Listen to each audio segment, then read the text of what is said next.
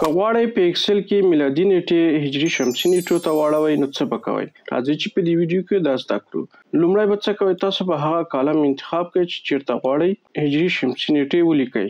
بیا به څه کوئ؟ کنټرول یو به ووهئ او دلته به څه وکئ؟ لاندې به راشئ، د لوکیشن کې به خپله پښتو ژبه پیدا کړئ. دا ده پښتو ژبه مې پیدا کړه، کلیک مې کړه او دلته به تاسو راشئ. دلته مختلف جنتریانې دي چې دا د هجري قمري ده او دا هم د هجري شمسي ده. تاسو وګورئ د میاشتې نومونه یې پښتو لیکلي دي. نو یو فارمټ ورته انتخاب کړئ، فار مثال دا فارمټ، او دا هم درنه هیر نشي input dates according to selected calendar. کلیک کړئ او بیا اوکې ووهئ. نو تاسو ته به دا نیټې اوس په هجري شمسي نیټو باندې راځي. د دا ډول ویډیوګانو لپاره زما اکاونټ فالو کړئ او لایک او شیر مو هیر نشي. مننه، ښې چارې.